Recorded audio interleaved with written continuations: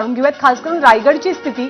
रायगडमध्ये एकनाथ शिंदेची शिवसेना ही क्रमांक 1 वरती सध्या 13 जागांसह, त्याखालोखाल अजित पवारांची राष्ट्रवादी आहे, मग भाजपचा नंबर लागतो 6 जागांसह, ठाकरेंची शिवसेना 3 तर इतर 5 अशी रायगड जिल्हा परिषदेची परिस्थिती।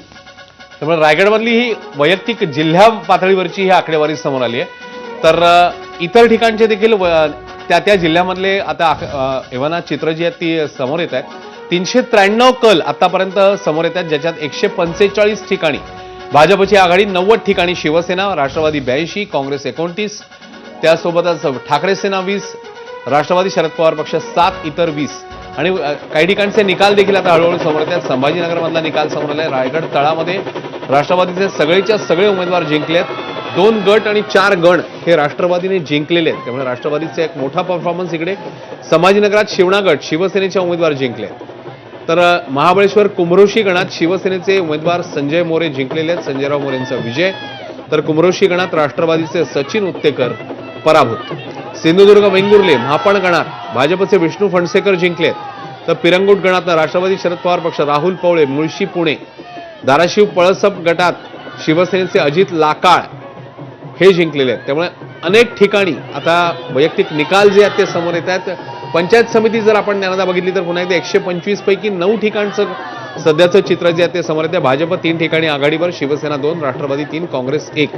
पंचायत समितीत अजून तरी ठाकरेंची शिवसेना, राष्ट्रवादी शरद पवार पक्ष किंवा इतर यांचं खातं उघडलेलं नाही। आणि सोलापूरचा अश्विन आपण विचार केला तर सोलापूरमध्ये भाजपचा वर्चस्व दिसतोय, कारण भाजपनं इतर पक्षांच्या तुलनेमध्ये खूप जास्त जागांवरती आघाडी घेतल्याचं पाहायला मिळते। धाराशिवमध्ये भाजप 6, शिवसेना 5 अशी परिस्थिती आहे। लातूरमध्ये भाजप 8, काँग्रेस 7 अशी सध्याची आघाडी, राष्ट्रवादी 2 अशी इथली संख्या आहे।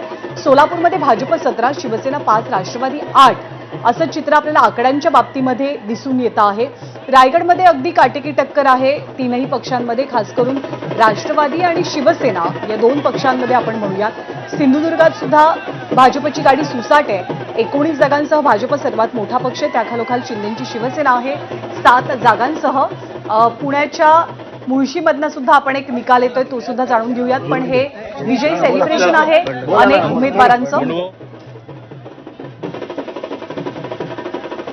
तर पंढरपूरमध्ये मंगळवेढामध्ये भाजपच्या उमेदवार जिंकतात। रायगडमध्ये अलिबागमध्ये आवाज गटातनं शिवसेनेचे दिलीप भोईर जिंकतात। महाबळेश्वरमध्ये शिवसेनेचे उमेदवार जिंकतात। वेगवेगळ्या ठिकाणचे विजयोत्सव एकीकडे येत असतानाच निकाल देखील समोर येतात। रत्नागिरीमध्ये शिवसेना 17, भाजप 1, एक मोठी कामगिरी रत्नागिरीमध्ये, शिवसेनेने मोठं वर्चस्व।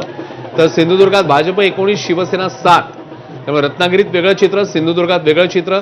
पुण्यामध्ये राष्ट्रवादी 23, भाजप 18। त्यामुळे पुण्यामध्ये महापालिकेमध्ये भाजपने बाजी मारली होती, त्या पुण्यामध्ये आता जिल्हा परिषद निवडणुकीत मात्र राष्ट्रवादी परफॉर्मन्स देताना दिसते। रत्नागिरीचं चित्र शिवसेना 17 आणि भाजप 1, राष्ट्रवादी 1। त्यामुळे शिवसेना या दोघंही मित्रपक्ष किंवा एकूणातच कोणत्याही पक्षापेक्षा अतिशय मोठ्या फरकाने पुढे।